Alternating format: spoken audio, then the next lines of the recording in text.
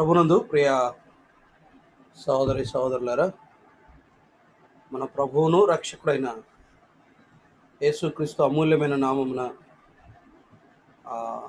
ఈ రాత్రి వేళ మీకు హృదయపూర్వక వందనాలు అలాగే శుభములు తెలియజేస్తూ ఉన్నాను. ప్రార్థన చేసి బైబిల్ స్టడీ ప్రారంభిద్దాం. ప్రార్థన చేద్దాం. నమ్మదగిన మా తండ్రి, మమ్మను ఎన్నడను చేయి విడువని మా దేవ, దీర్ఘశాంతము కలిగిన మా ప్రియ ప్రభువా, మా దోషములను బట్టి మాకు ప్రతీకారము చేయక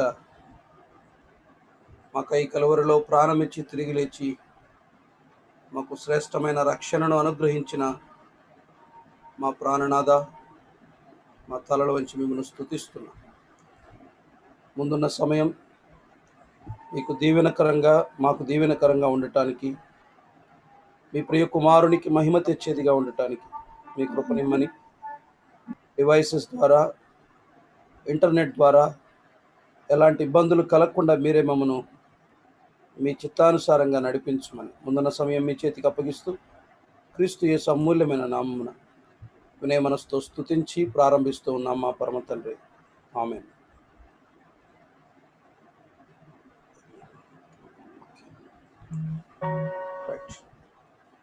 ముందుగా రాజు ఒక కీర్తన పాడతాడు. తర్వాత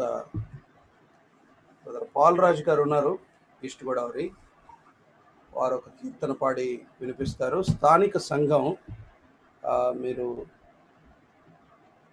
ఇందులోనే కొనసాగండి, యూట్యూబ్లోనే కొనసాగండి. వీలైతే మీకు జూమ్ వీలైతే నో ప్రాబ్లం, మీకున్న నెట్వర్క్ ఇష్యూస్ని బట్టి జూమ్లోనే మీరు యూట్యూబ్లోనే కొనసాగండి. రాజు ఒక స్తుతి కీర్తన. నీవే నా హామీ, రక్షించు మీ స్వామి అనే కీర్తన పాడుకున్నా.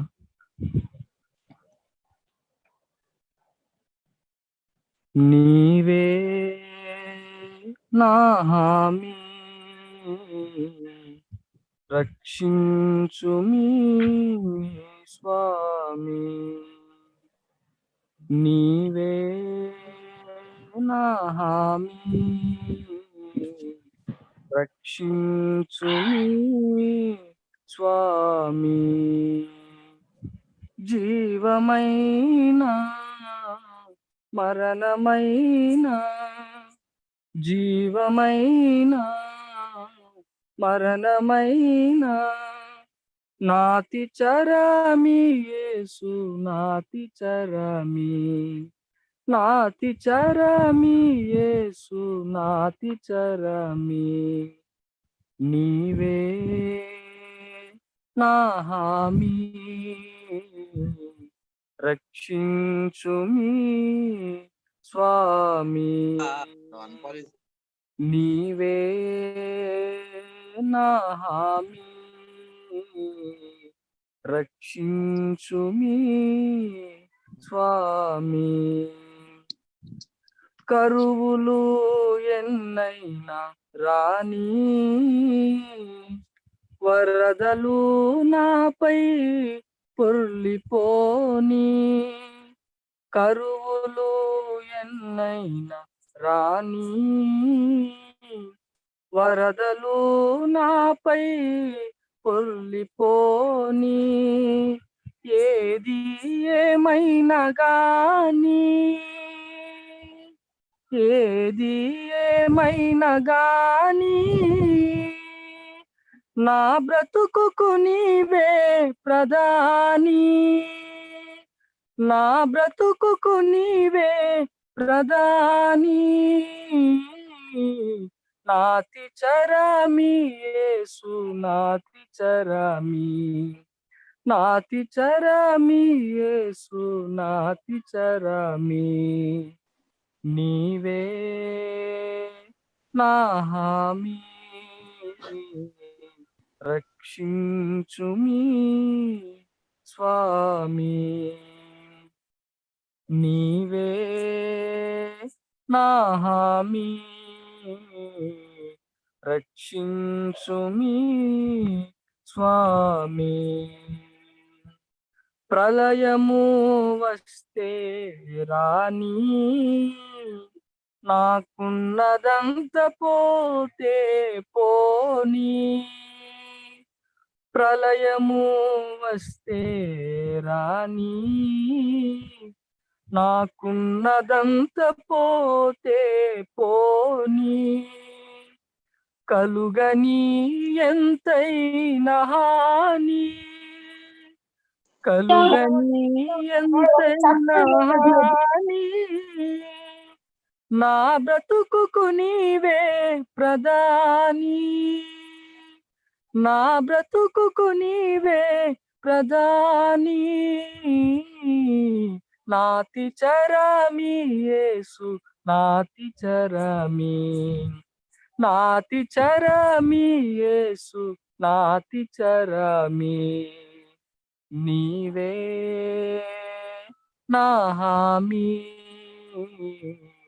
రక్షించుమి స్వామి. నీవే నా హామీ, రక్షించుమి స్వామి. జీవమైనా మరణమైనా, జీవమైనా మరణమైనా, నాతి చరమి యేసు, నాతి చరమి, నాతి చరమి యేసు, నాతి చరమి. నీవే నా హామీ, రక్షించుమి స్వామి. నీవే నా హామీ, రక్షించుమి స్వామి. Thank you. Brother Palraj garu ఉన్నారు కదా? బ్రదర్ వందనాలండి అన్న. ఉన్నాళ్ళు ఉన్నాళ్ళు. వందనాలండి.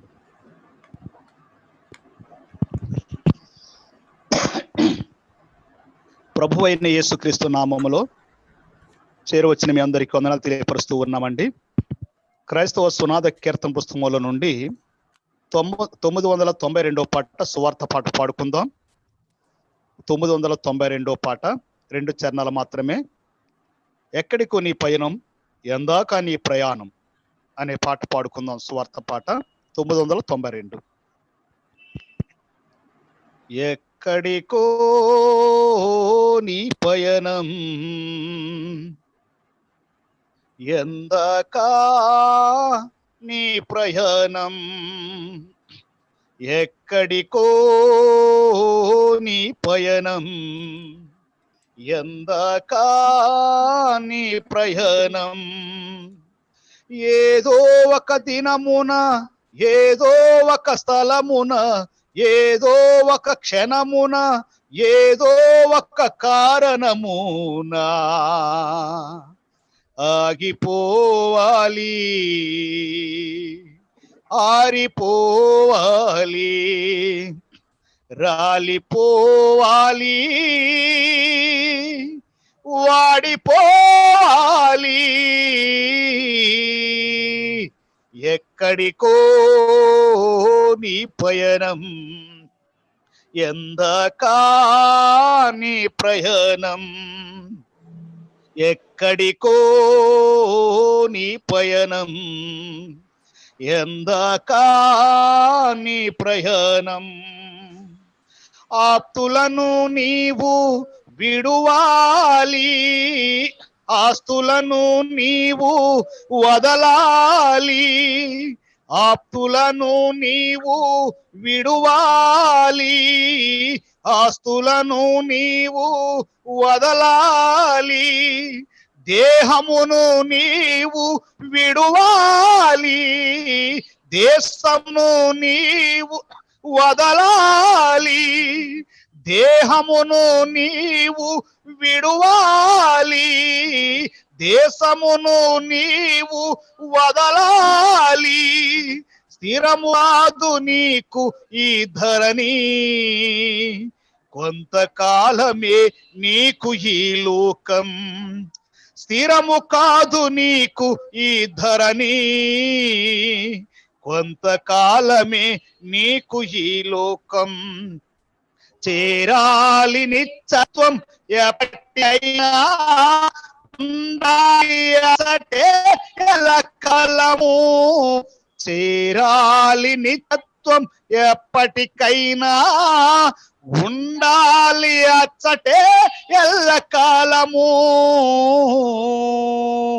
ఎక్కడికో నీ పయం, ఎందకా నీ ప్రయాణం, ఎక్కడికో నీ పయనం, ఎందకా నీ ప్రయాణం. నీ దేహం మట్టిలో కలువాలి, నీ ఆత్మ తీర్పుకు చేరాలి, నీ దేహం మట్టిలో కలువాలి, నీ ఆత్మ తీర్పుకు చేరాలి. నేడైన యేసయ్యను నీవు నమ్ముకో, పాపినని ఒప్పుకో నీ పాపమును, నేడైన యేసయ్యను నీవు నమ్ముకో, పాపినని ఒప్పుకో నీ పామును, చేరెదవు నీవు పరలోకం, తప్పించుకొందువు అగ్నిగుండము, చేరెదవు నీవు పరలోకం, తప్పించుకొందువు అగ్నిగుండము. వాయదా వేయకు ఇకనినా, చెయ్యాలి నిర్ణయం ఇప్పుడైనా, వాయదా వేయకు ఇకనైనా, చెయ్యాలి నిర్ణయం ఇప్పుడైనా.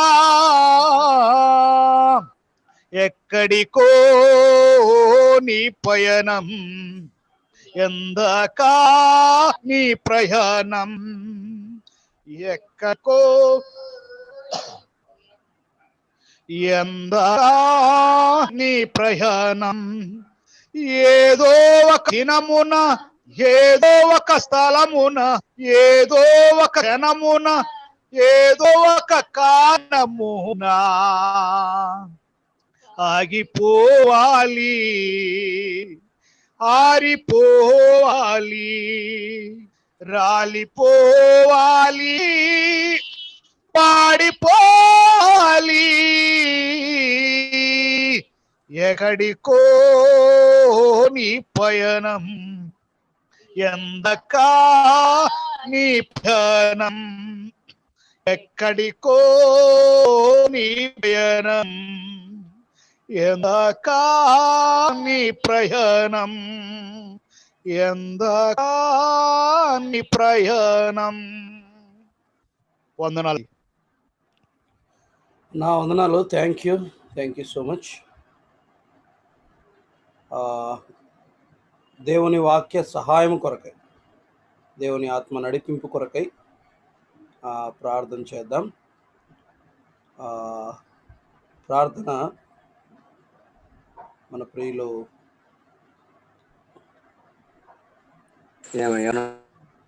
సోదరులు ప్రవీణ్ గారు, రామచంద్రాపురం ప్రవీణ్ గారు. అన్న వందనాలు అన్న. వందనాలు. ప్రార్థన చేస్తున్నా. మహోన్నతుడైన మా తండ్రి, మీ అమూల్యమైన నామమునకే స్తుతులు స్తోత్రములు చెల్లిస్తూ ఉన్నాం. శాశ్వతమైన ప్రేమతో మమ్మల్ని ప్రేమించి మా పట్ల మీ చూపుతున్న కృపను బట్టి స్తోత్రాలు చెల్లిస్తూ ఉన్నాం.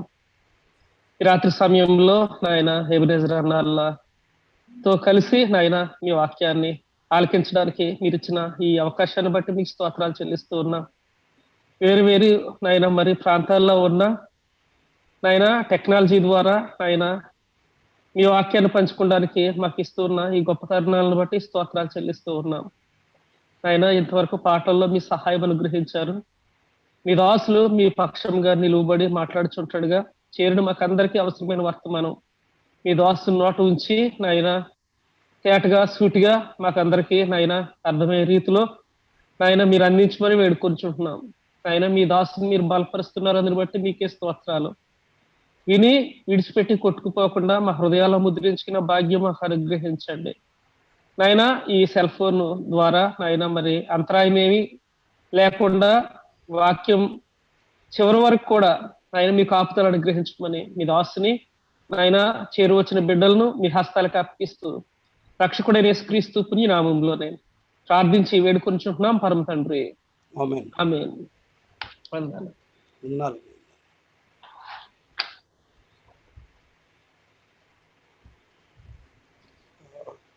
మరొకసారి అందరికీ ప్రభు పేరట వందనాలు తెలియజేస్తున్నాం. అందరికి వందనాలు. ప్రియులరా, దేవుని వాక్యాన్ని వినటం కంటే ముందుగా ఒక ప్రార్థన మనవి. స్థానిక సంఘంలో చాలామంది జ్వరాలతో బాధపడుతూ ఉన్నారు. అందరూ టైఫాయిడ్ అనుకుంటున్నారు. ఒకవేళ అది మీరు టైఫాయిడ్ అనుకున్నా మీరు కోవిడ్ ట్రీట్మెంట్ తీసుకోండి, కరోనా ట్రీట్మెంటే తీసుకోండి. మీరు దాన్ని టైఫాయిడ్ అనుకోండి, ఇబ్బంది లేదు, కానీ ట్రీట్మెంట్ మాత్రం కరోనాకు వాడండి. మీరు ఎలాంటి ట్రీట్మెంట్ వాడాలని ఒకవేళ మీకు సలహా కావాల్స్తే నాకు తప్పకుండా ఫోన్ చేయండి. స్థానిక సంఘం లోకల్ అసెంబ్లీ వాళ్ళు నేను ఒక లిస్ట్ చెప్తాను, ఆ ప్రకారం మీరు వాడగలిగితే మంచిది. కాబట్టి మీరు అది టైఫాయిడ్ అని టైఫాయిడ్ ట్యాబ్లెట్ వేసుకొని అడ్జస్ట్ అయితే తర్వాత ప్రమాదం అవుతుంది. అది ఈవెన్ దో టైఫాయిడ్ అయినప్పటికీ కరోనాకు మాత్రమే మందులు వాడండి. ఇప్పుడు ఈ రోజుల్లో మనం ఏ జ్వరాన్నైనా అదే రకంగా మనం ఆలోచన చేయాలి. కాబట్టి ఆ విషయాలు గుర్తుంచుకోండి. రెండవది, మా కుటుంబం వరుస తాకిడికి లోనవుతా ఉన్నాం. ఒకరి తర్వాత ఒకరికి పాజిటివ్ వస్తూ ఉంది. ఇంతవరకు ఎవరికి అంత సీరియస్గా లేదు, కానీ మొదటిసారి మా అక్క వెంటిలేటర్ మీద ఉంది. మా అమ్మను చూసుకున్నది ఆమెనే.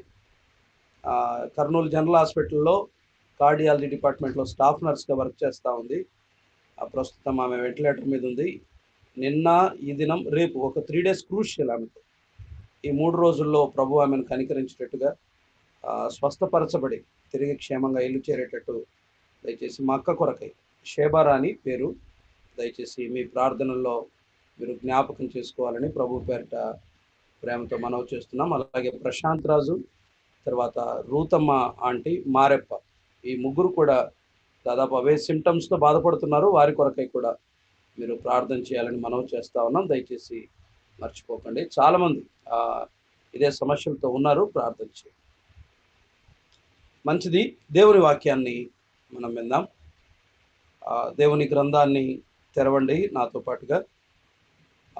భక్త కోటికి యాకోబు రాసిన పత్రిక 4వ అధ్యాయం. యాకోబు రాసిన పత్రిక 4వ అధ్యాయం 4వ వచనం నుండి 6వ వచనం వరకు చదువుతున్నాను. 4వ అధ్యాయం 4వ వచనం నుండి 6వ వచనం. వ్యభిచారుణులారా, ఈ లోక స్నేహము దేవునితో వైరమని మీరు ఎరుగురా.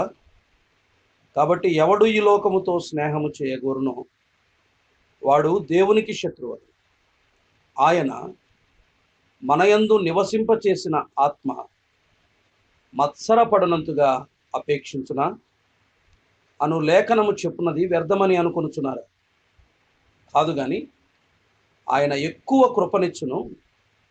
అందుచేత దేవుడు అహంకారులను ఎదిరించి దీనులకు కృప అనుగ్రహించును అని లేఖనము చెప్పుచున్నది. ప్రార్థన చేద్దాం. దేవుని ఆత్మ సహాయం కొరకు. మా ప్రాణనాథ, మా స్వామి, మా తండ్రి, మరొకసారి మీ పాదాలను సమీపిస్తాం. నరుడు రొట్టె వలన మాత్రం కాదు, కానీ మీరు సెలవిచ్చు ప్రతి మాట వలన జీవిస్తాం అన్న మీ లేఖనాన్ని బట్టి నిజమే, మరణకరమైన పరిస్థితులలో మీ వాక్యం మమ్మను బ్రతికిస్తూ ఉంది. అందుకే స్తోత్రం. రాత్రి మరొకసారి మాతో మాట్లాడండి ప్రభువా, మమ్మల్ని సంధించండి. మీ దాసుణ్ణి, మనిషిని మాత్రమే కేవలం పాత్రగా వాడబడి మహిమ ప్రభువుకు మాత్రమే కలుగులాగా మీ ప్రజలమైన మేమంతా క్షేమం పొందులాగా మాతో మాట్లాడి మీ ప్రియ కుమారుని హెచ్చించమని మా ఆత్మలకు క్షేమము కలుగు చేయండి. ప్రభు అయిన యేసుక్రీస్తు అమూల్య నామమున ప్రార్థన చేస్తున్నాము తండ్రి, ఆమేన్. పిల్లరా, ఈ రాత్రి యాకోబు రాసిన పత్రికలో 4వ వచనం నుండి 6వ వచనం వరకు చదువుకున్నాం. గత వారం 4వ అధ్యాయాన్ని మనం 4 భాగాలుగా విభజించాం. ఈ 4వ అధ్యాయానికి ఒక శీర్షిక పెట్టుకున్నాం. యుద్ధములను లేకపోతే పోరాటాలను మాన్పుట ఎలా, how to stop the conflicts. ఇవి భౌతిక యుద్ధాలు కాదు, ఇవి మన అంతరంగంలో రేగే యుద్ధాలని గత వారం మనం ఆలోచన చేసాం. ఈ పోరాటాలు, యుద్ధాలు, వీటిని మాన్పటం ఎలా, అసలు ఈ పోరాటాలు, యుద్ధాలకు గల కారణం ఏంటి, వాటిని కూడా మనం ఆలోచన చేసాం. మొదటి 3 వచనాలలో ఈ సంఘర్షణలకు, పోరాటాలకు కారణం సెల్ఫ్, స్వార్థం అని మనం ఆలోచన చేసాం. రెండవది, ఈ పోరాటాలకు, యుద్ధాలకు కారణం విశ్వాసి లోకముతో స్నేహము చేయటం అని ఆలోచన చేశాం. మూడవది, విశ్వాసి పాపమును ఒప్పుకోకపోవటం, అనగా అపవాదిని ఎదిరించకపోవటం అన్నది ఆలోచన చేశాం. 7 నుండి 10 వచనాలు, 11 నుండి 17 వచనం వరకు, 11వ వచనం నుండి 17వ వచనం వరకు ఇతరులను తీర్పు తీర్చటం, దాని ద్వారా మనము పోరాటాలను ఎదుర్కోవాల్సి వస్తుంది అని మనం గత వారం 4వ అధ్యాయాన్ని మనం విభజించుకున్నాం. టైటిల్ ఏంటంటే, ఈ పోరాటాలకు, యుద్ధాలకు గల కారణాలు ఏంటి, వాటిని మాన్పటం ఎలా అన్న సంగతి మనం ఆలోచన చేస్తూ వస్తూ ఉన్నాం. గత వారం అంతరంగంలో రేగే పోరాటాల గురించి ఆలోచన చేశాం. ఇవి బయటికి కనిపించవు, లోపల హృదయం దావనంలా మండుతూ ఉంటుంది. ఎవరికి చెప్పుకోలేం, ప్రజలకు అర్థం కాదు.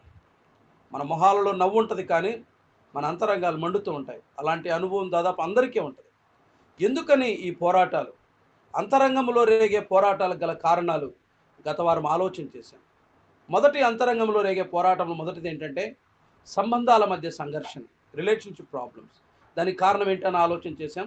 దానికి కారణం స్వార్థం అని ఆలోచన చేశాం. రెండవది, నైతిక పోరాటం, అంతరంగంలోనే చేయాలా వద్దా, కీడా తప్ప, యోగ్యమైనదా చెడ్డదా అని నిర్ణయించుకోలేక పోరాటం ఉంటుంది లోపల.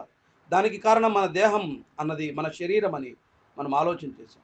మూడవది, ఆత్మ సంబంధమైన పోరాటం. ఈ ఆత్మ సంబంధమైన పోరాటంలో మూడవ రీజన్ దురాశతో కూడిన ప్రార్థనలు అని మనం ఆలోచన చేశాం. మనం ప్రార్థిస్తాం, కానీ చెడ్డ ఉద్దేశాలతో, దురుద్దేశాలతో కూడిన ప్రార్థనలు మన ఆత్మీయ పోరాటానికి కారణాలని గత వారం మనం ఆలోచన చేశాం. ఈ రాత్రి వేళ 4వ అధ్యాయంలో 4 నుండి 6 వచనాలు మనం చదువుకున్నాం. 4 నుండి 6 వచనాలలో మన పోరాటాలకు, విశ్వాసి తన జీవితంలో ఎదుర్కొనే పోరాటాలకు, సంఘర్షణలకు, యుద్ధానికి గల కారణాల్లో లోకం ఒకటి అని మర్చిపోకండి. లోకం ఒకటి అని మర్చిపోకండి. అర్థం కావడానికి ఒక ఉదాహరణ చెప్తాను. మన దేహానికి వంటనిది ఏదైనా లోపలికి వెళ్తే అది మనల్ని ఇబ్బంది పెడుతుంది. విశ్వాసికి కూడా కొన్ని వంటవు, కొన్ని సరిపోవు. ఆ సరిపోని వాటిలో ఒకటి ఏంటంటే లోకం. ప్రధానమైన శత్రువులు మనకున్నారు ఈ ఆత్మ సంబంధమైన జీవితంలో. ఈ ఆత్మ సంబంధమైన జీవితంలో శత్రువులు అనగా మనము పోరాటాలు తెచ్చుకోవటానికి గల కారణం. ఎందుకు యుద్ధాలు, ఎందుకు పోరాటాలు అంటే దానికి కారణం లోకం అనే రెండవ కారణాన్ని గురించి మనం ఆలోచన చేస్తున్నాం. జస్ట్ ఈ రాత్రి మనం ఆలోచన చేయబోతున్నది మన పోరాటాలకు, యుద్ధానికి కారణమైన రెండవ కారణం లోకాన్ని గురించి ఆలోచన చేస్తున్నాం. ద వరల్డ్, ఇంగ్లీష్లో వరల్డ్లీనెస్ అని అంటారు, తెలుగులో లోక స్నేహం అని అంటారు. ఒక విశ్వాసి లోకాన్ని ప్రేమించడం అంటారు. దాని గురించి ఈ రాత్రి వేళ మనం ఆలోచన చేయబోతున్నాం. సహజంగా ఏ వ్యక్తినైనా ఇలా ప్రశ్నించారనుకోండి, మీకు పరలోకం కావాలా, నరకం కావాలా అని అడగండి, ఏమని చెప్తాడు చెప్పండి? ఒక విశ్వాసి అనుమానం లేకుండా ఏమడుగుతాడు? నాకు పరలోకమే అంటాడు. అనుమానమే లేదు. నీకు పరలోకం కావాలా, నరకం కావాలంటే పరలోకమే అంటాడు. మరొక ప్రశ్న అడగండి, పరలోకం కావాలన్నా నువ్వు పరలోకానికి వెళ్తావా త్వరగా, భూమి మీద ఇంకొంతకాలం ఉంటావా అని అడగండి, లోకంలో ఇంకొంతకాలం ఉంటావా అని అడగండి. ఏమని సమాధానం చెప్తాడు చెప్పండి? బయటికి నాకు పరలోకం పోవాలని ఆశ ఉంది అని అన్నా, అంతరంగం మాత్రం ఏం కోరుకుంటా చెప్పండి? ఇంకొంతకాలం లోకంలో ఉండాలన్న ఆశ మనిషి అంతరంగంలో ఉంటుంది. నరకమా పరలోకం అంటే పరలోకం అంటాడు, ఓకే గుడ్ అంటాడు. మరి పరలోకానికి వెళ్తావా ఇంకా భూమి మీద ఉంటావా అంటే లేదు లేదు, ఒక 80 ఏళ్ళు ఉంటా, లేకపోతే 90 ఏళ్ళు ఉంటా, ఆ తర్వాత వెళ్తా. కారణం ఏంటి చెప్పండి? అంతరంగం తెలియకుండానే మనం దేన్ని ప్రేమిస్తుంది? లోకాన్ని ప్రేమిస్తుంది. మనము తెలియకుండానే లోకాన్ని ప్రేమించాం. లోకంతో మనం పెనవేసుకుపోయాం. లోకంతో మనకు కొన్ని ముడి వేసుకుపోయాయి. ఇలా ఆలోచన చేద్దాం. మనం లోకాన్ని ప్రేమిస్తున్నామా లేదనడానికి కొన్ని చెక్ లిస్ట్ అంటాం కదా, చెక్ లిస్ట్ ఒకసారి చెక్ చేసుకున్నాం. మనం లోకాన్ని ప్రేమిస్తున్నాం లేదని ఒకసారి చెక్ చేసుకున్నాం. బాగా వింటున్నారు కదా? దయచేసి వినండి. మీకు వింటున్నారా? మీకు ఒక ఆత్మ నశించిపోవటం బాధ కలిగిస్తుందా? మీ కారు మీదనో బండి మీదనో ఒక గీత, పెద్ద గీత పడితే బాధ కలిగిస్తుందా? నా ప్రశ్న అర్థమైందా?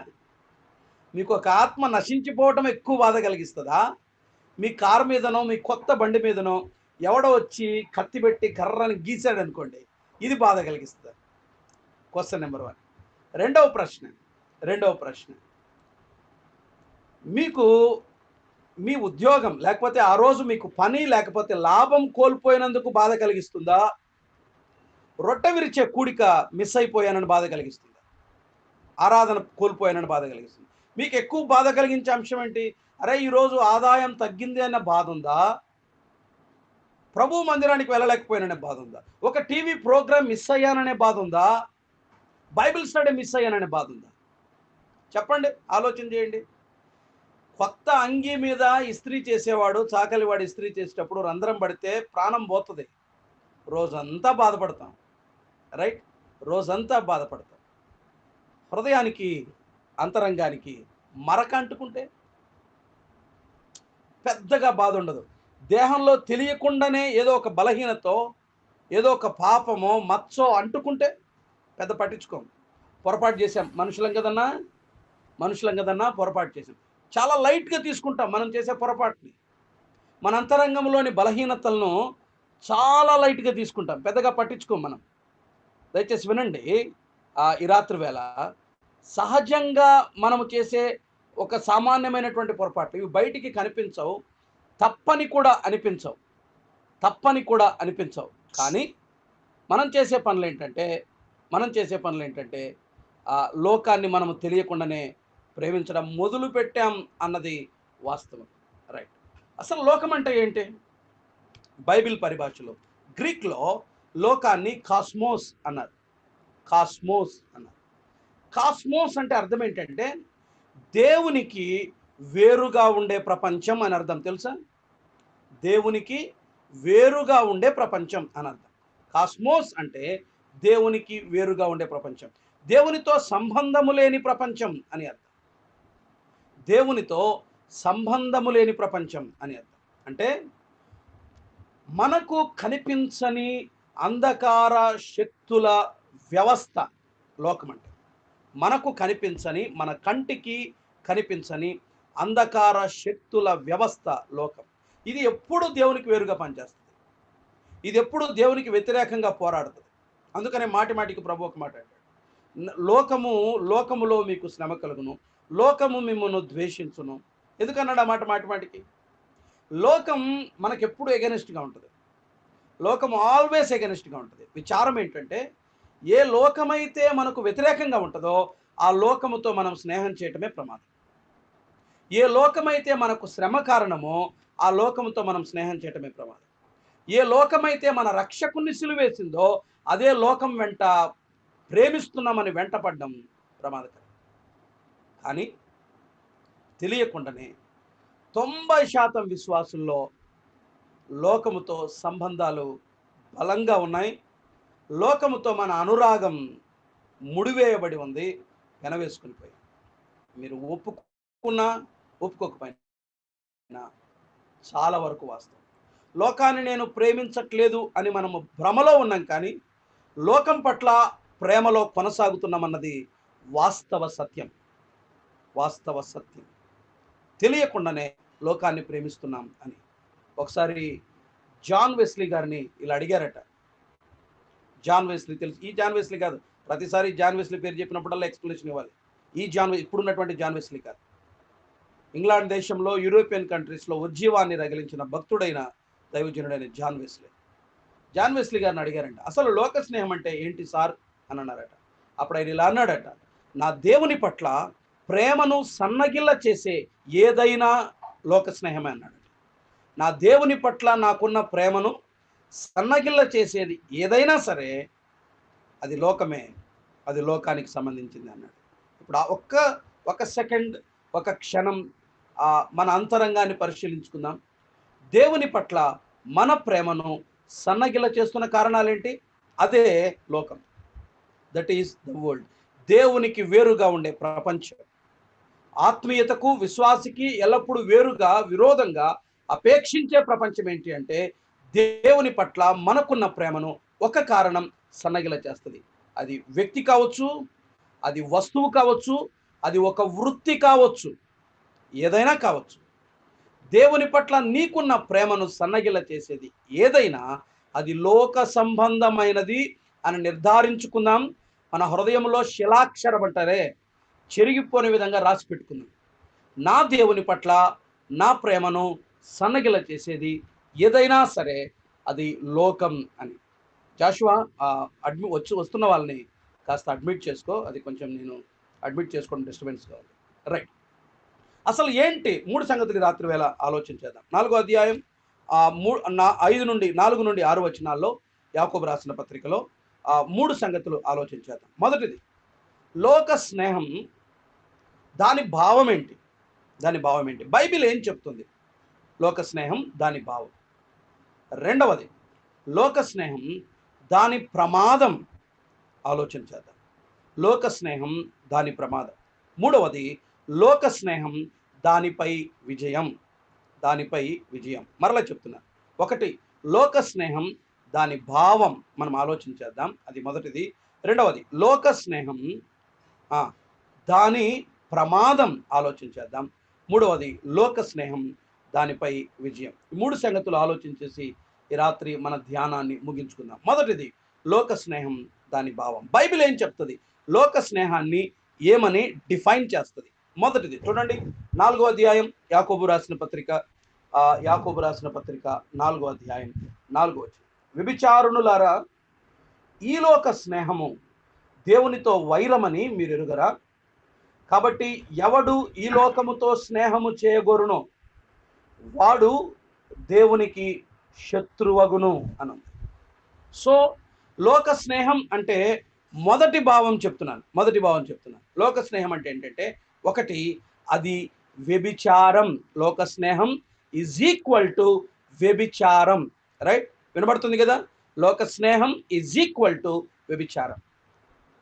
ఒక విశ్వాసి బహిరంగంగా వ్యభిచారం చేయకపోవచ్చు, ఒక విశ్వాసి అక్షరార్థమైన వ్యభిచారం చేయకపోవచ్చు. If he loves the world, ఒకవేళ అతడు లోకాన్ని గనక ప్రేమిస్తే అతను వ్యభిచరించినట్లు లేక. బైబిల్ ఏమంటదంటే లోక స్నేహాన్ని ఏమని డిఫైన్ చేస్తుందంటే, నువ్వు లోకమును స్నేహం చేస్తే నీవు వ్యభిచారము చేస్తున్నావు అని అంటది బైబిల్. ఇంకా చాలు కదా, దీనికి మించి ఇంకేం కావాలి వివరణ? నేను దీన్ని వివరించాను. ఎందుకు వ్యభిచారంతోనే పోల్చాడు? ఎందుకు లోక స్నేహాన్ని వ్యభిచారంతోనే పోల్చాడు? చూడండి, కొరింథీయులకు రాసిన 2వ పత్రిక, మనకు బాగా తెలిసిన వచన భాగం, 11వ అధ్యాయం 1వ వచనం చదువుదామా? కొరింథీయులకు రాసిన 2వ పత్రిక 11వ అధ్యాయం 2వ వచనాన్ని చదువుతున్నాను. 11వ అధ్యాయం 2వ వచనం, కొరింథీ 2వ పత్రిక 11:2. దేవాసక్తితో మీ యెడల ఆసక్తి కలిగి ఉన్నాను, ఎందుకనగా పవిత్రురాలైన కన్యకనుగా ఒక్కడే పురుషునికి అనగా క్రీస్తుకు సమర్పింపవలనని మిమ్మును ప్రదానము చేసి తిని అన్నారు. గుర్తుపెట్టుకోండి అన్నమాట. పవిత్రురాలైన కన్యకగా మిమ్మును క్రీస్తుకు ప్రదానము చేసి తిని అని అన్నాడు కొరింథీ సంఘం. సంఘం అనగా విశ్వాసి, దేవునికి ప్రదానము చేయబడిన వధువు అని అర్థం. దేవునికి ప్రదానము చేయబడిన వధువుతో పెండ్లి కుమార్తెతో పోల్చాడు దేవుడు. నీవు నేను అనగా సంఘం దేవునికి ప్రదానము చేయబడిన వధువు. ఇప్పుడు వినండి, పాత నిబంధనలో 3 సందర్భాలు చెప్తాను. ఇర్మియా గ్రంథం 3వ అధ్యాయం, హోషేయ గ్రంథం 1వ అధ్యాయం, యెహెజ్కేలు గ్రంథములో పలుమారులు, నేను ఇంక వారి వచనం చెప్పలేను, ఇశ్రాయేలును కన్యకతో పోల్చాడు.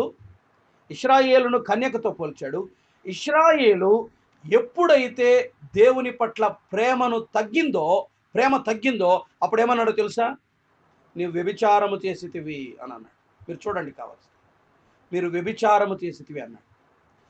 ఇంకొక మాట మీరు గమనించారా? యాకోబు పత్రికలో వ్యభిచారులారా అన్నాడా, వ్యభిచారునులారా అన్నాడా?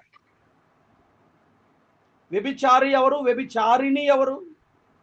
వ్యభిచారిణి అంటే స్త్రీ, వ్యభిచారి అంటే జనరల్. అది వ్యభిచారునులారా అన్నాడు అంటే అర్థం ఏంటి? స్త్రీతో పోల్చాడు. ఎందుకు స్త్రీతో పోల్చాడు?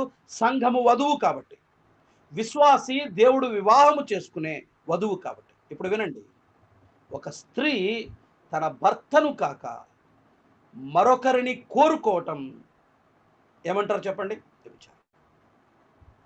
దేవునికి ప్రత్యామ్నాయం లోకమే. దేవునికి ప్రత్యామ్నాయం లోకమే. లోకం అంటే ఏంటి?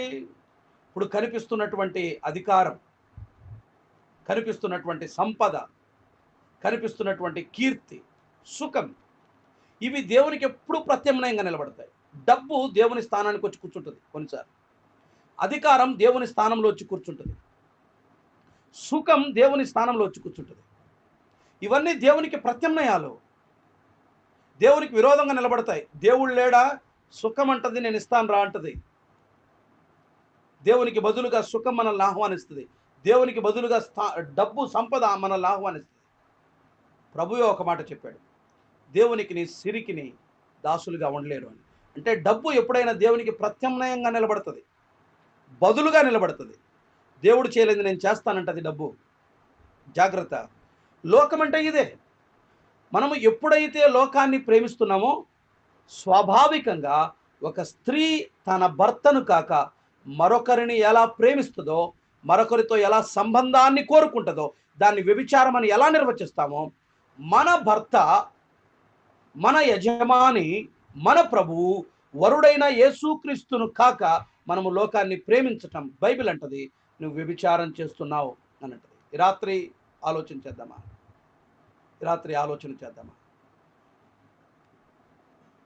ప్రధానము దినాన నీవు చేసిన నిబంధన నీవు ఉల్లంఘిస్తున్నావు. భార్యాభర్తలుగా మన మధ్య జరిగినటువంటి ఒప్పందాన్ని మనం ఉల్లంఘిస్తున్నాం. మనం వ్యభిచారం చేస్తున్నాం. విశ్వాసి సోదరుడా, సోదరి, సంఘమా, లోకాన్ని స్నేహించటం వ్యభిచారినితో దేవుడు సమానంగా చూస్తాడు. ఆనాడు ఇశ్రాయేలును వదిలిపెట్టలేదు, ఈనాడు సంఘాన్ని కూడా వదిలిపెట్టలేదు. యాకోబు చాలా స్ట్రైట్గా మాట్లాడాడు వ్యభిచారునులారా. సో లోక స్నేహం అన్నది వ్యభిచారంతో సమానం. దాని భావం, మొదటి భావం. రెండవది చూద్దాం, చూడండి. రెండవ భావం చూద్దాం, రెండవ సంగతి చూద్దాం. 4వ అధ్యాయం యాకోబు రాసిన పత్రిక, అదే వచనాన్ని మరలా చూద్దామా? వ్యభిచారునులారా, ఈ లోక స్నేహము దేవునితో వైరమని అని అన్నాడు. ఎవడు లోకముతో స్నేహం చేయగోరునో వాడు దేవునికి శత్రువగును అని అన్నాడు. రెండవది, లోక స్నేహం నిన్ను వ్యభిచారినిగా చేస్తుంది. అది మొదటిది. రైట్? కెన్ యూ హియర్ మీ? నా మాట వినబడుతుంది కదా? లోక స్నేహం ఒక విశ్వాసిని వ్యభిచారినిగా మారుస్తుంది. రెండవది, లోక స్నేహం విశ్వాసిని దేవునికి శత్రువుగా మారుస్తుంది. లోక స్నేహం యొక్క అర్థం ఏంటంటే, బైబిల్ ఏమంటదంటే దేవునితో శత్రుత్వం. నువ్వు ఎప్పుడైతే లోకముతో స్నేహం చేస్తావో దేవునికి శత్రువు అవుతున్నావు అని అర్థం. ఎందుకు దేవునితో శత్రుత్వం అవుతుంది? What is the reason? ఆ కారణం ఏంటి? ఎందుకు దేవునితో శత్రువు అవుతావు అని అన్నాడు? దానికి కారణాలు కూడా మనం చూద్దాం. ఎందుకు లోకానికి శత్రువు అవుతాం? 2 వచనాలు మనం చదువుకుందాం. మొదటిది రోమీలకు రాసిన పత్రిక 8వ అధ్యాయం 7 నుండి 8 వచనాలు చూద్దాం. చూడండి, రోమీలకు రాసిన పత్రిక 8వ అధ్యాయం 7 నుండి 8 వచనాలు. 8వ అధ్యాయం 7 నుండి 8 వచనాలు. ఎలా అనగా శరీరానుసారమైన మనసు దేవునికి విరోధం అని అన్నాడు. దేవునికి విరోధం అన్నాడు. 5వ అధ్యాయం చూడండి, రోమపత్రికలోనే 5వ అధ్యాయం 10వ వచనం. రోమీలకు రాసిన పత్రిక 5వ అధ్యాయం 10వ వచనం. 5:10 ఎలా అనగా మనము శత్రువులమై ఉండగా అని అన్నాడు. That is our past experience. ఎలా అనగా మనము శత్రువులమై ఉండగా అన్నాడు. రెండు మాటలు గుర్తుపెట్టుకోండి. ఒకటి, ఎప్పుడు దేవునికి శత్రువులం మనం? యేసు ప్రభువును ఎరుగక ముందు మనము దేవునికి శత్రువులు. అంటే అప్పుడు మనము లోకాన్ని ప్రేమించాం కాబట్టి దేవునికి శత్రువులమయ్యాం. ఇప్పుడు మరలా మనము లోకాన్ని ప్రేమిస్తే ఇప్పుడు మరలా మనం ఏమవుతున్నట్టు అర్థం? లోకానికి శత్రువులం అవుతున్నట్టు అర్థం. లోకానికి శత్రువులం అవుతున్నాము అనంటే మనము తిరిగి పూర్వస్థితికి వెళ్ళాము అని అర్థం. మనము మళ్ళా పూర్వస్థితికి వెళ్ళామని అర్థం. అర్థమవుతుందా? మనము లోకాన్ని ప్రేమిస్తున్నామంటే మనము గతంలో శత్రువులుగా ఉన్నామే, ఆ పూర్వస్థితికి మనం వెళ్ళాము అని అర్థం. రైట్. రెండవది, లోకాన్ని మనము ప్రేమిస్తున్నామంటే మన మనస్సు మన శరీరం దేవునికి విరోధంగా మారింది అని అర్థం. నేను భావాన్ని మాత్రమే చెప్తున్నాను, నేను ఎక్స్ప్లెయిన్ చేయట్లేదు. మూడవది యాకోబు పత్రిక 4వ అధ్యాయం లోక స్నేహం దాని భావాన్ని ఆలోచన చేస్తున్నాం. 4వ అధ్యాయం 4వ వచనం లేకపోతే 5వ వచనం చూద్దాం. ఆయన మనయందు నివసింపచేసిన ఆత్మ మత్సరపడునంతగా అపేక్షించున అను లేఖనము చెప్పున్నది వ్యర్థమని అనుకొనుచున్నారా అని అన్నాడు. వ్యర్థమని అనుకొనుచున్నారా అన్నాడు. లోకం మనలను అజ్ఞానులనుగా చేస్తుంది. అంటే లేఖనాన్ని గ్రహించకుండా చేస్తుంది. వాక్యం యొక్క భావాన్ని మరుగుపరుస్తుంది మనకు అర్థం కాక. లోకం ఆత్మ సంబంధంగా నిన్ను ఒక అజ్ఞానిగా మారుస్తుంది. లోక స్నేహం అంటే you will become ignorant person. ఏమీ తెలియని ఒక వ్యక్తిగా మారిపోతావు. నిన్ను ఒక అజ్ఞానినిగా మారుస్తుంది. నేను మళ్ళీ చెప్తున్నాను, లోక స్నేహం యొక్క అర్థాలు 3. ఒకటి, లోక స్నేహం ఈజ్ ఈక్వల్ టు వ్యభిచారం. లోక స్నేహం ఈజ్ ఈక్వల్ టు దేవునితో శత్రుత్వం. లోక స్నేహం ఈజ్ ఈక్వల్ టు అజ్ఞానం. నీకు ఇక ఏమీ తెలియదు. వాక్యం అర్థం కాదు. వాక్యం వ్యర్థం అనిపిస్తుంది. వాక్యం నిరర్ధకం అనిపిస్తుంది. వాక్యంలో పసలేదనిపిస్తుంది. వాక్యం పైన మనసు పోతుంది. వాక్యాన్ని ప్రేమించడం మానుకుంటాం. 3 విషయాలు గుర్తుపెట్టుకోండి. లోక స్నేహానికి బైబిల్ ఇస్తున్న డెఫినేషన్: లోక స్నేహం నిన్ను వ్యభిచారినిగా చేస్తుంది. లోక స్నేహం నిన్ను శత్రువుగా మారుస్తుంది దేవునికి. మూడవది, లోక స్నేహం నిన్ను వాక్య విషయంలో ఏమీ తెలియని వానిగా, అజ్ఞానిగా మారుస్తుంది. మీకు ఒకటి తెలుసా? వాక్యం మీకు అర్థం కావట్లేదంటే, వాక్యం మీకు రుచించట్లేదు అంటే, వాక్యపు మాధుర్యం మనకు నేడు తెలియట్లేదు అంటే రీజన్ ఏంటో తెలుసా? నువ్వు ఆల్రెడీ లోకంలో ప్రేమలో పడ్డావని, లోకంతో ప్రేమలో పడ్డావని. నీకు తెలియకుండానే లోకంతో శత్రువుగా జీవిస్తున్నావు. విశ్వాసే నువ్వు తెలియకుండానే వ్యభిచారినిగా మారిపోయావు. వ్యభిచారినిగా మారిపోయావు. 3 విషయాలు. రెండవది, లోక స్నేహం దాని ప్రమాదం. ఆలోచించేద్దాం. లోక స్నేహం దాని ప్రమాదం చూడండి. మరాదే వచనం చదువుదాం. 4వ అధ్యాయం 4వ వచనం. వ్యభిచారులారా, ఈ లోక స్నేహం దేవునితో వైరమని మీరు ఎరుగరా అని అన్నాడు. యాకోబు అన్నాడు, ఇట్ ఈస్ డేంజరస్. ఇది ప్రమాదం. లోక స్నేహం ప్రమాదం అని అన్నాడు. ఇట్స్ వెరీ డేంజరస్ అని అన్నాడు. ఒకసారి బాగా జ్ఞాపకం పెట్టుకోండి, బాగా వినండి. ఒక ప్యూరిటన్ తర్వాత అతని స్నేహితుడు రోడ్డు మీద నడుచుకుంటూ వెళ్తా ఉంటే ప్యూరిటన్ ఫ్రెండ్, ప్యూరిటన్ అంటే ఆ కాలంలో ఉన్నటువంటి ప్యూరిటన్స్ చాలా అద్భుతమైన పుస్తకాలు రాశారు, గొప్ప భక్తులు వారు. ఆ స్నేహితుడు అన్నాడట ఈ ప్యూరిటన్తో, ఈ భక్తునితో, ఆ పువ్వు చూడండి అంత అందంగా ఉంది అన్నాడట. అప్పుడు ఈ ప్యూరిటన్ అన్నాడట, నాకు ఈ లోకంలో ఏది అందమైంది కాదు అన్నాడు. లోకంలో నాకు ఏది అందమైంది కాదు అన్నాడు. యాకోబు చెప్తున్న దాని అర్థం కాదు. ఆ పువ్వును ఎవరు చేశారు? ఆయన కదా చేసింది. లోకంతో స్నేహం చేయడం అంటే సరస్సును మెచ్చుకోవటం, పువ్వును మెచ్చుకోవటం తప్పని కాదు. ఇప్పుడు ఉదాహరణకు ఉంది, ఒక డ్యామ్ ఉంది, నీళ్లు పారుతూ ఉంటాయి, మనం ఇష్టపడతాం, చూడాలని కోరుకుంటాం, అది తప్పు కాదు. ఒక గార్డెన్ ఉంటుంది, గార్డెన్లో పువ్వులు ఉంటాయి, చాలా అందంగా అనిపిస్తుంది, ఆహ్లాదంగా అనిపిస్తుంది, దాన్ని చూడాలని కోరుకోవటం, దాన్ని ప్రేమించడం తప్పు కాదు. లోకాన్ని ప్రేమించడం అంటే దాని భావం అది కాదు. ఇంకా లోకంలో ఉన్న వాటిని వేటిని ప్రేమించకూడదని దాని భావం అది కాదు. లోక స్నేహం ఏది ప్రమాదం? లోక స్నేహం దేన్ని ప్రమాదం అని బైబిల్ చెప్తుంది. దేన్ని ప్రమాదం అంటే 3 విషయాలు ఆలోచించేద్దాం. మళ్ళీ ఇందులో 3 విషయాలు ఆలోచించేద్దాం. స్టడీ మాదిరి చేద్దాం. లోక స్నేహం ఏది ప్రమాదం అంటే మళ్ళీ 3 రీజన్స్ ఉన్నాయి.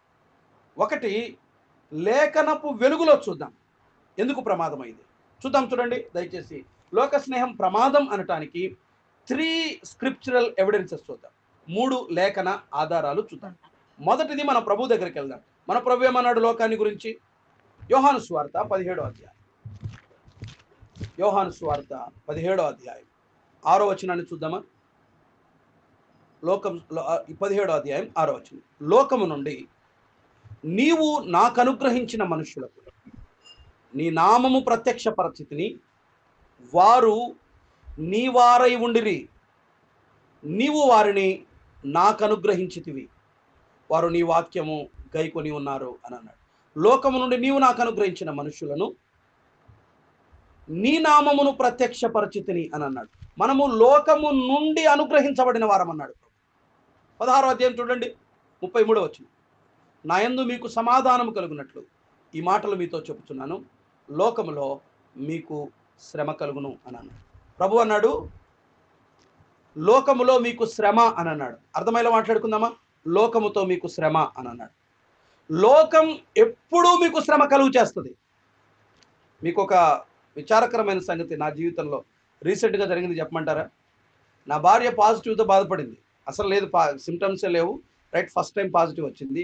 15 days క్వారంటైన్లో ఉన్నాం మేము. 15 రోజులు క్వారంటైన్లో ఉన్నాం. ఇంకొక 3 రోజులు 2 రోజులు ఆగి మేము టెస్ట్కి వెళ్దాం అనుకున్నాం. వెళ్ళకముందే మా శాంపిల్ తీసుకున్నట్లు మళ్ళీ రిపోర్ట్ మళ్ళీ పాజిటివ్ అని వచ్చింది. ఉదయాన్నే కమిషనర్ పంపించాడు, లేదు మీకు 2వసారి పాజిటివ్ వచ్చింది, మిమ్మల్ని క్వారంటైన్ పంపిస్తాను. కమిషనర్తో మాట్లాడితే ఆయన ఏమన్నాడో తెలుసా? సార్ అన్యాయం సార్, ఇది మేము శాంపిల్ ఇవ్వలేదు, మాకు ఎట్లా పాజిటివ్ ఇస్తారంటే ఆయన అన్నది ఏంటి తెలుసా? మాకు రూల్ ఉంది, నువ్వు పోవాలంతే, పోకపోతే పోలీస్ స్టేషన్లో కంప్లైంట్ ఇస్తాను. ఏదో వాళ్ళని వీళ్ళని మాట్లాడి మేనేజ్ చేసి ఆయన కూల్ చేసి మరుసటి రోజు పొద్దున్నే మళ్ళీ నాకు మెసేజ్ ఏమని వచ్చిందో తెలుసా? మీ శాంపిల్ ఇంకా కలెక్ట్ చేసుకోలేదు, త్వరలో కలెక్ట్ చేసుకుంటామన్నారు. మళ్ళీ రేపు టెస్ట్కి పోతున్నాను.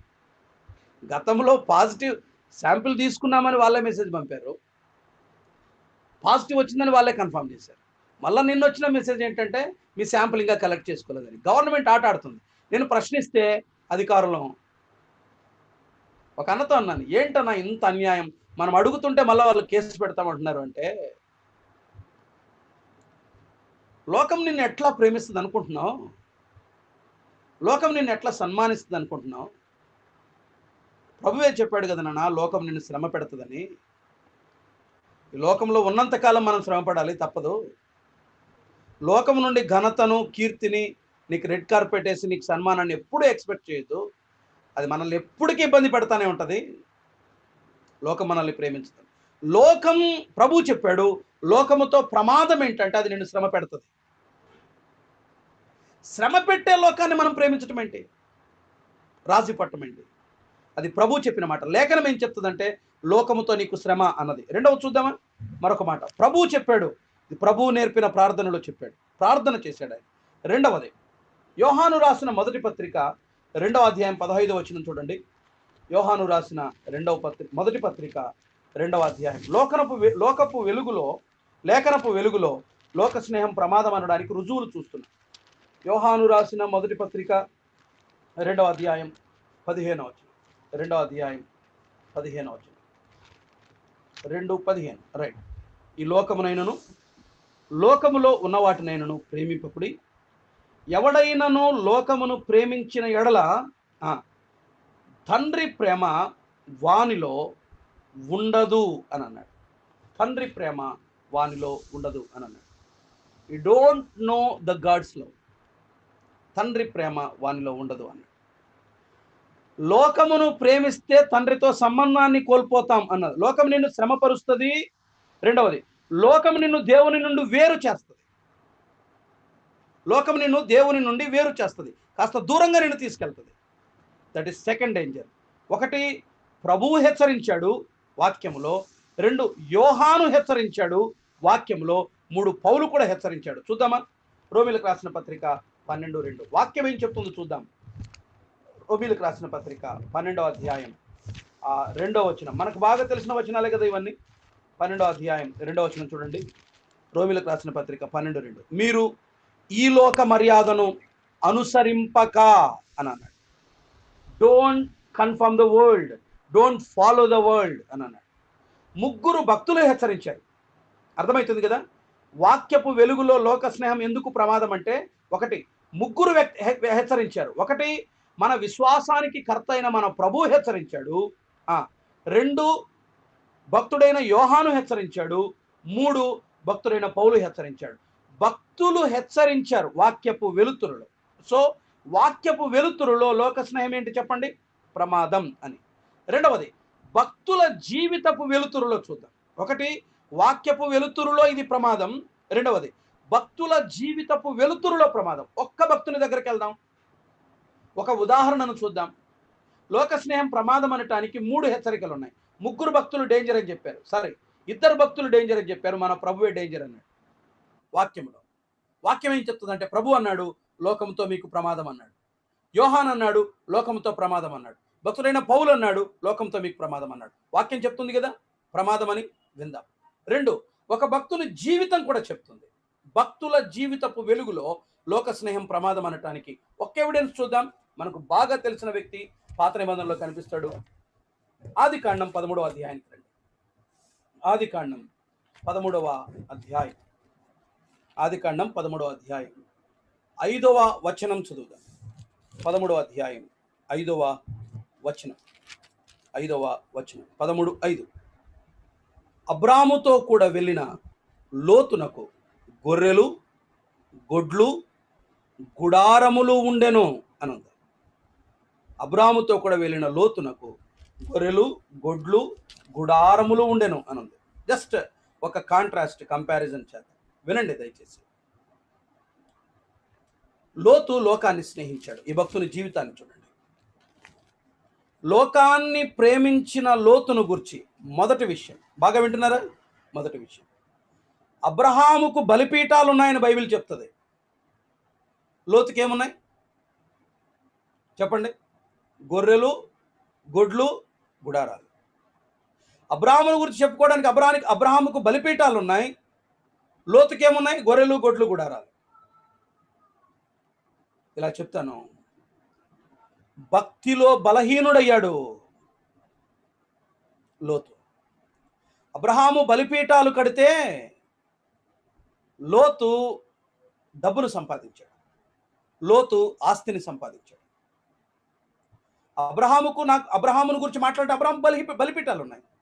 లోతు గురించి మాట్లాడాలంటే డబ్బు ఉంది. He is weak in his devotion. ఆయన భక్తిలో బలహీనుడయ్యాడు లోకాన్ని ప్రేమించిన కారణాలు. 2 చూడండి, 13:10 ఆదికాండం 13:10 లోతు తన కనులెత్తి యోర్దాను ప్రాంతమంతటిని చూచెను. యెహోవా సొదొమ గొమొర్రాను పట్టణములను నాశనము చేయకమునకు సోయరుకు వచ్చు వరకు అదంతయు యెహోవా తోట వలెను ఐగుప్తు దేశము వలెను నీళ్లు పారు దేశమై ఉండెను అనుంది. రెండవది ఏంటంటే, కోరికలలో కూడా ఆయన బలహీనుడైపోయాడు. భక్తిలో బలహీనుడయ్యాడు. బలిపీఠాలు లేవు, బదులుగా ఆస్తి సంపాదించుకున్నాడు. ఆయనేమో బలిపీఠాలు సంపాదించుకున్నాడు. ఇప్పుడు కోరికలలో బలహీనుడయ్యాడు. దాన్ని చూసినప్పుడు ఇతనికి ఎలా కనిపించింది? ఐగుప్తు దేశం వలె కనిపించింది. ఐగుప్తు ఆయనను ఆకర్షించింది. కోరికలలో బలహీనుడయ్యాడు. 3వది, నిర్ణయములో కూడా బలహీనుడయ్యాడు, కుటుంబ నష్టానికి కారణమైపోయాడు. 19వ అధ్యాయం నేను చదవను, ఆ వచనం తిప్పటం కూడా నాకు ఇష్టం లేదు. ద్రాక్షారసము త్రాగి మత్తుడయ్యాడు. 2 కుమార్తెలు వచ్చారు, అతనితో పాపము చేశారు. 2 దుష్ట సంతానం ఉత్పత్తి కావటానికి కారణమైంది. లోక స్నేహం నువ్వు ఏమి కలిగి ఉందో చూపిస్తుంది. గొర్రెలు, గొడ్లు, గుడారాలు, బలిపీఠాలు లేవు లోతు జీవితంలో. లోక స్నేహం నీ నిర్ణయాలలో, నీ కోరికలలో నిన్ను బలహీనుడిగా చేస్తుంది. నీ కోరికలన్నీ ఐగుప్తు సంబంధమైన కోరికలే ఉంటాయి. లోక స్నేహం ఒక చెడ్డ ఫలితాన్ని ఉత్పత్తి చేస్తుంది. ఒక చెడ్డ ఫలితాన్ని ఉత్పత్తి చేస్తుంది. ఒక భక్తిహీనమైన ఫలితాన్ని ఉత్పత్తి చేస్తుంది. ఈ భక్తుని చూడండి. లోక స్నేహం దాని ప్రమాదం. లేఖనపు వెలుగులో అది ప్రమాదం అని ప్రభువు చెప్పాడు, పౌలు చెప్పాడు, యోహాను చెప్పాడు. లోక స్నేహం ప్రమాదం అని లోతు తన జీవితము ద్వారా చెప్తున్నాడు. అతను సంపాదనలో బలహీనుడైపోయాడు. ఆత్మ సంబంధమైనవి ఏవి సంపాదించుకోలేదు. రిక్తుడుగా కనపడతాడు. అతను కోరికలలో బలహీనుడయ్యాడు. అతని కోరికలన్నీ లోక సంబంధమైనవే. 3వది, తన సంతానానికి నష్టం తెచ్చాడు. ఒక భక్తిహీనమైన చెడ్డ ఫలితం ఉత్పత్తికి కారణం. విశ్వాసి, లోకముతో నీవు స్నేహం చేస్తే అంతిమ ఫలితం ఏంటంటే ఒక చెడ్డ ఫలితం ఉంటుంది. ఒక బ్యాడ్ రిజల్ట్ ఎదుర్కొంటావు. దేవుడు కృప కలిగిన వాళ్ళే, కనికరం కలిగిన వాళ్ళే మనం పెడుతున్న పేర్లు ఇవన్నీ. ఒక బ్యాడ్ రిజల్ట్ ఉంటుంది, ఒక చెడ్డ ఫలితం ఉంటుంది. మీరు చూడండి, బైబిల్లో ఎవరైతే లోకాన్ని ప్రేమించారో ఒక బ్యాడ్ రిజల్ట్ ఫేస్ చేస్తారు. గేహజీ ఏమయ్యాడు? ఒక చెడ్డ ఫలితం. ఒక చెడ్డ ఫలితం. నువ్వు ఏ వ్యక్తినైనా తీసుకోండి, లోకాన్ని ప్రేమించిన ఒక భక్తుడు తప్పనిసరిగా చెడ్డ ఫలితాన్ని. యెహోషాపాతు జ్ఞాపకం పెట్టుకోండి, ఓడ బద్దలయ్యింది, తన ప్రాణం పోవటానికి కారణమవుతాడు. లోక స్నేహం ఒక చెడ్డ ఫలితాన్ని ఉత్పత్తి చేస్తుంది. Dangerous, it is very dangerous. లోకముతో స్నేహం మనకు వంటదు, మనకు సరిపోదు. జాగ్రత్త, జాగ్రత్త లోక స్నేహం విషయంలో. 3వది చెప్పి నా వర్తమానాన్ని నేను ముగిస్తాను. లోక స్నేహం దాని భావాన్ని విన్నాం. లోక స్నేహం దాని ప్రమాదాన్ని గురించి విన్నాం. 3వది, లోక స్నేహం దానిపై విజయాన్ని గురించి ఆలోచించేద్దాం. How to conquer the world. దానికి ముందుగా మరలా అక్కడికి రండి. 4వ అధ్యాయం ఆ వచనాన్ని చదువుకొని మనం మరొక వచనాన్ని దానికి ప్యారలల్గా మనం చదువుకుందాం. 4వ అధ్యాయం 4వ వచనం, 5వ వచనం, 6వ వచనం ఉంది కదా. దయచేసి 6వ వచనం చూడండి, 5వ వచనం చూడండి. యాకోబు రాసిన పత్రిక 4:5. ఆయన మనయందు నివసింపచేసిన ఆత్మ మత్సరపడునంతగా అపేక్షించున అను లేఖనము చెప్పునది వ్యర్థమని అనుకొనుచున్నారా అని అన్నాడు. కాదు కానీ ఆయన ఎక్కువ కృపనిచ్చును. ఎలా జయించాలి? మనకు అర్థం కావలసినవి 2. లోక స్నేహంపై ఎలా విజయాన్ని సాధిస్తాం? ఒక మాట మనకు బాగా గుర్తున్న వచనం కదా, అది ఇప్పుడు గుర్తొస్తా ఉంది. యోహాను మొదటి పత్రిక 5వ అధ్యాయం 4వ వచనంలో ఒక మాట అంటాడు భక్తుడైన యోహాను. చూడండి, యోహాను రాసిన మొదటి పత్రిక 5వ అధ్యాయం 4వ వచనం. దేవుని మూలముగా పుట్టిన వారందరూ లోకమును జయించుదురు, లోకమును జయించిన విజయం మన విశ్వాసమే అని అన్నాడు. లోకమును జయించిన విజయం మన విశ్వాసమే అని అన్నాడు. ఒక ఎగ్జాంపుల్ చెప్తాను. మోరియా పర్వతం మీదకి అబ్రహాము, ఇస్సాకు ప్రయాణమై వెళ్తూ ఉంటారు. అప్పుడు ఇస్సాకు ఒక మాట అంటాడు, తండ్రి, దహన బలి కొరకై నిప్పును కట్టెలను ఉన్నాయి కానీ గొర్రెపిల్ల ఏది అంటాడు. నాన్న, మనకు అన్నీ ఉన్నాయి, కొరత ఉంది అంటాడు. అప్పుడు అబ్రాము, నువ్వు సంపాదించేటే కదరా గొర్రెపిల్ల కొనిండే వాళ్ళం, డబ్బుంటే కదరా గొర్రెపిల్ల కొనిండే వాళ్ళం. ఇవన్నీ మాట్లాడలా. మనమైతే అంటాం, మనకెందుకన్నా పలాంది లేదు నాన్న అంటే, మా అబ్బాయి మా అమ్మ ఇంతే ఇచ్చారా, మనం చెప్పేది అంతే కదా. మా అప్ప మా అమ్మ ఇంతే ఇచ్చారా, అందుకనే ఇంతే మనం కొనలేకపోయాం. నువ్వు రేపు పొద్దున చదువు ఉద్యోగం సంపాదించుకో, అప్పుడు కొందువు కానీ అంటాం. అంటే తెలియకుండా వాడికి ఏం నేర్పిస్తున్నాం? చదువు వైపు చూపిస్తున్నాం, డబ్బు వైపు చూపిస్తున్నాం. అదే అబ్రామ్ ఏమంటాడు, నాన్న మనకు పలాంటి కొరత ఉందంటే ఏమంటాడు? యెహోవా ఈరే అంటాడు. అంటే అబ్రామ్ ఏమి నేర్పించాడు? విశ్వాసాన్ని నేర్పించాడు. ఎప్పుడైతే లోకం వైపు చూడటం మానేస్తామో, ఎప్పుడైతే ప్రభువుపై చూడటం మొదలు పెడతామో మన విజయం అక్కడే మొదలవుతుంది. ఎప్పుడైతే లోకమును చూడటం మానేస్తామో, ఎప్పుడైతే ప్రభువుపై మన గమనం పెడతామో మన విజయం అక్కడే మొదలవుతుంది. మరొక ఎగ్జాంపుల్ జ్ఞాపకం చేస్తాను. యేసుక్రీస్తు ప్రభువును ఒక నిమిషములోనే అపవాది లోకపు మహిమనంతా చూపిస్తాడు. లోకపు మహిమనంతా చూపిస్తాడు ఒక్క నిమిషంలో. కానీ ప్రభువు లోకపు మహిమను చూసిన మరుక్షణమే దేవుణ్ణి చూస్తాడు, తన తండ్రిని చూస్తాడు, తన తండ్రిని చూస్తాడు. గుర్తుపెట్టుకోండి, లోకమును చూసినంతకాలం మనకు ప్రమాదమే. 73వ కీర్తనలో మరొక ఉదాహరణ జ్ఞాపకం చేస్తాను. ఆసాపు భక్తిహీనుల క్షేమము నా కంటపడ్డప్పుడు అన్నాడు. భక్తిహీనుల క్షేమము నా కంటపడ్డప్పుడు అన్నాడు. అంటే దృష్టి ఎటువైపు ఉంది? లోకం వైపు ఉంది. దేనికి సమీపమయ్యాడు? లోకానికి సమీపమయ్యాడు. వినండి, లోకానికి సమీపమయ్యాడు. అదే 73వ కీర్తనలోని చివరి వచనాలలో నేను దేవుని మందిరములోనికి వెళ్ళి ఆకాశం వైపు చూసి అడగటం మొదలు పెడతాడు. అక్కడ నుండి మళ్ళీ ఫెయిత్ మొదలవుతుంది. గుర్తుపెట్టుకోండి, లోకమును చూడటం ఆపండి, లోకమును చూడటం ఆపండి, ప్రభువును చూడటం మొదలుపెట్టండి, విజయం ప్రారంభం. లోకపు సంపదను, లోకములో బంగ్లాలను, లోకంలో కీర్తిని, లోకములో డబ్బును, లోకములోని సౌందర్యాన్ని, వీటిని చూడడం ఆపండి. లోకమును జయించిన విజయం మన విశ్వాసమే, దేవునిపై మనకున్న విశ్వాసం. ఎలా గెలవగలం? 2 కారణాలు చూద్దాం. అక్కడే అన్నాడు చూడండి, 4వ అధ్యాయం యాకోబు రాసిన పత్రిక, 4వ అధ్యాయం యాకోబు రాసిన పత్రిక 5వ వచనం మరలా చూడండి, 4:5. ఆయన మనయందు నివసింప చేసిన ఆత్మ మత్సరపడునంతగా మనల్ని అపేక్షించును అన్నాడు. ఫస్ట్, ఆయన మనయందు నివసిస్తున్నాడు. దేవుని ఆత్మ మనలో నివాసం చేస్తున్నాడు. ఆ సంగతి మరచిపోవద్దు అని చెప్పాడు. ఈ స్పృహ ఎప్పుడైతే ఉంటుందో మనం లోకాన్ని జయిస్తాం. దేవుని ఆత్మ మన యందు నివాసం చేస్తున్నాడు. ఎలా నివాసం చేస్తున్నాడు? మరొక వచనం చదువుకుందామా దీనికి సహాయకరంగా. కొరింథీయులకు రాసిన మొదటి పత్రిక 6వ అధ్యాయం 19వ వచనం. కొరింథీ మొదటి పత్రిక 6వ అధ్యాయం 19వ వచనం. నివాసం చేస్తున్నాడు అంటే అర్థం ఏంటి? 6వ అధ్యాయం 19వ వచనం. కొరింథీ మొదటి పత్రిక 6:19. మీ దేహము దేవుని వలన మీకు అనుగ్రహింపబడి మీలో ఉన్న పరిశుద్ధాత్మకు ఆలయమై ఉన్నదని మీరు ఎరుగరా? మీరు మీ సొత్తు కారు అని అన్నాడు. ఆయన నివాసం ఇది. మీరు మీ సొత్తు కారు. మన డిజైర్స్ లేవు, మన ఇష్టాలు లేవు, మన కోరికలు లేవు. అది మర్చిపోవద్దు. దేవుని ఆత్మ మనలో నివసిస్తున్నాడు. దేవుని ఆత్మకు మనము నివాస స్థలం అయ్యాం. దేవుని ఆత్మకు మనము ప్రాపర్టీ అయ్యాం. మనం ఆయన ఓన్ ల్యాండ్. మనం కేవలం ఆయనకు మాత్రమే చెందిన వారం. మనం మరొకరికి దీన్ని ఎలా తాకట్టు పెడతాం? లోకం వైపు ఎలా చూస్తాం?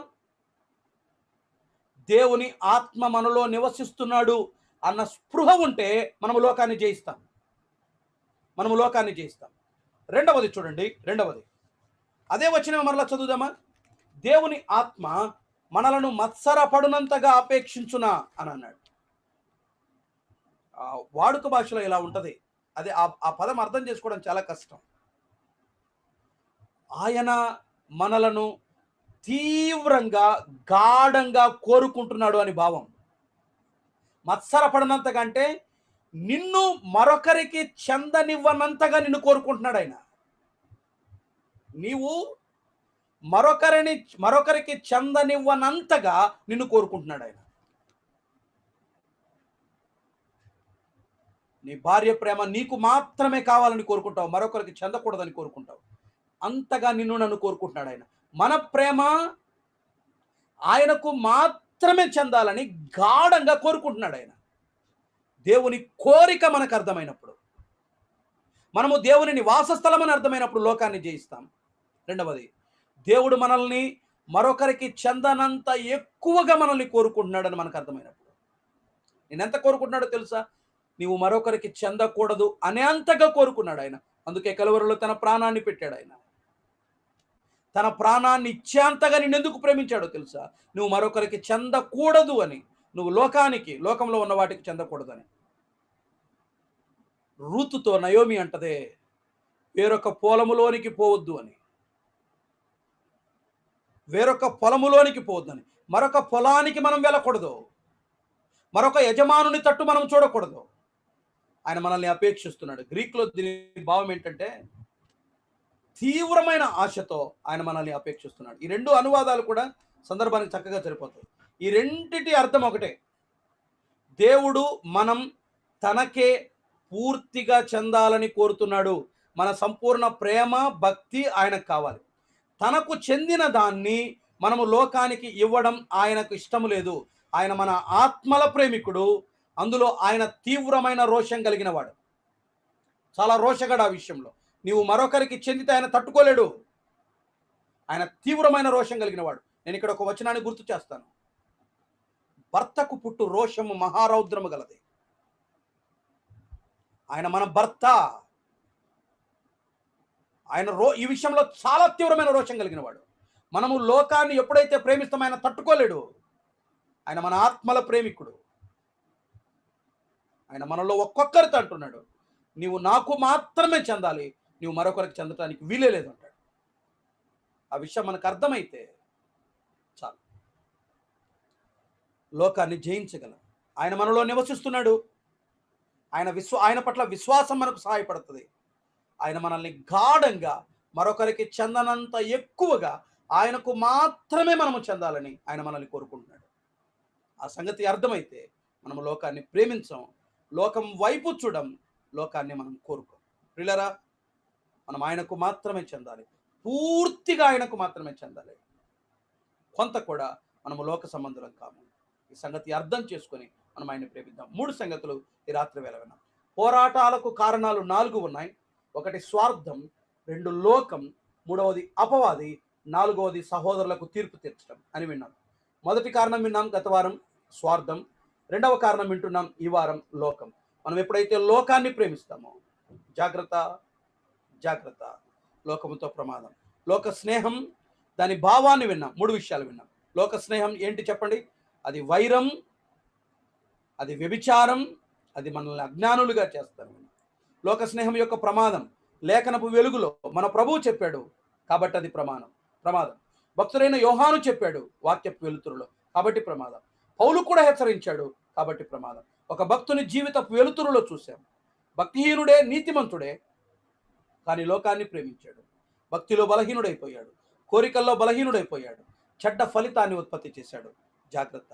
లోక స్నేహాన్ని ఎలా జయించాలి అనంటే 3 కారణాలు విన్నాం. లోకం వైపు కాక ఆయన వైపు చూద్దాం. 2వది, దేవుని ఆత్మ మనలో నివసిస్తున్నాడు, మనం ఆయన ఓన్ ప్రాపర్టీ అని గుర్తుపెట్టుకుందాం. 3వది, ఆయన మనల్ని గాఢంగా కోరుకుంటున్నాడు. మరొకరికి చెందనంతగా ఆయనకు మాత్రమే చెందేటట్లుగా ఆయన మనల్ని కోరుకుంటున్నాడు. ఆయన ఆకాంక్షను, ఆయన ప్రేమను గుర్తిద్దాం. అప్పుడు మాత్రమే మనము లోకాన్ని జయించగలం. ఈ విషయాలు గుర్తుంచుకొని మనము లోక సంబంధులు కాక ఆత్మ సంబంధులుగా ఉండటానికి ప్రభు తన కృప విశేషంగా మనందరికీ అనుగ్రహించునుగాక.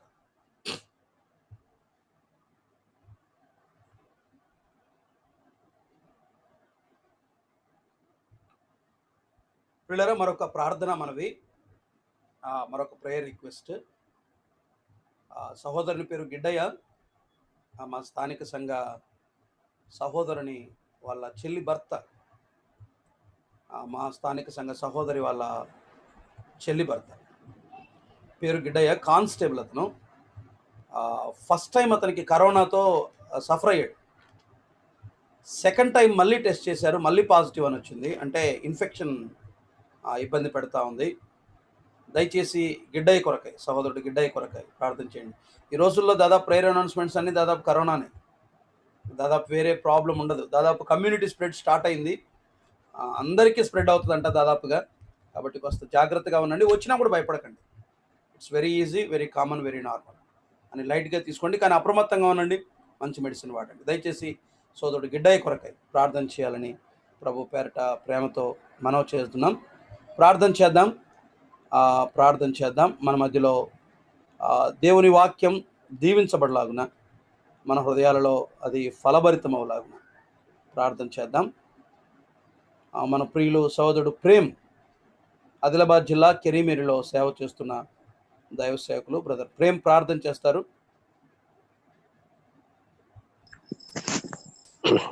వందనాలు బ్రదర్.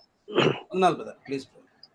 కృపా సత్య సంపూర్ణుడా, మా ప్రియ ప్రభువా, మమ్మల్ని ఎంతో ప్రేమించి రక్షించుకున్న మా నాన్న మీకు స్తోత్రాలు చెల్లిస్తున్నాం నాయన. ప్రభా, మేము ఈ లోకంలో ఉండడం మీ చిత్తమని ప్రభా మేము నమ్ముతున్నాం.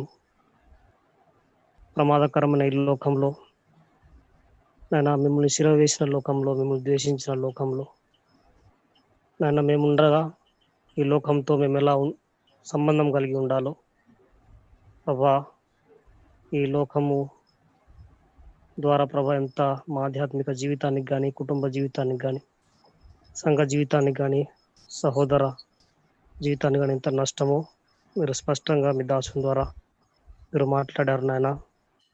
లోకంతో స్నేహం చేయడం అది మీకు వైరం అని, అది విచారం అని తండ్రి మరి మీరు చెప్పి ఉండగా మా వైఖరి మీ వాక్య వెలుగులో కనబడుతుండగా దేవా, మాకు తెలియకుండానే ఎన్నిసార్లు నాయన మేము ఇలాంటి ప్రభా దుస్థితిలో మేము ఉన్నాం అని పరీక్షించుకోవడానికి కృప చూపించారు నాయన. తండ్రి, మేము తెలియకుండానే లోకాన్ని ప్రేమిస్తున్నాం. మరి వాస్తవానికి మిమ్మల్ని అన్నిటికంటే ఎక్కువ ప్రేమించాలి, కానీ ప్రేమిస్తున్నట్టు ప్రభా మేము అనుకుంటున్నాం, కానీ మాకు తెలియకుండానే మా మనస్సు, మా జీవితము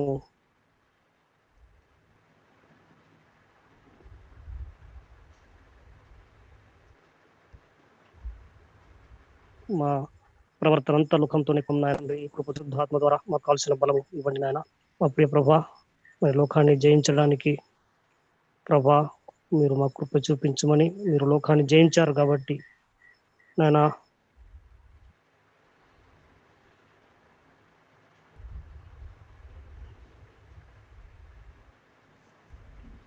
మరి మీ జయంలో ప్రభాని బట్టి ఎంతగానో స్తోత్రం చాటుకో, అనేకులకు మేలుకరంగా దీవెనకరంగా ప్రభు మీ దాసునికి ఇంకా మంచి ఆరోగ్యం ఇచ్చి బలంగా వాడుకోమని తండ్రి, మరి వాక్యం విన్న ప్రతి ఒక్కరిని దీవించుద్దురని ప్రభు విన్న వాక్యము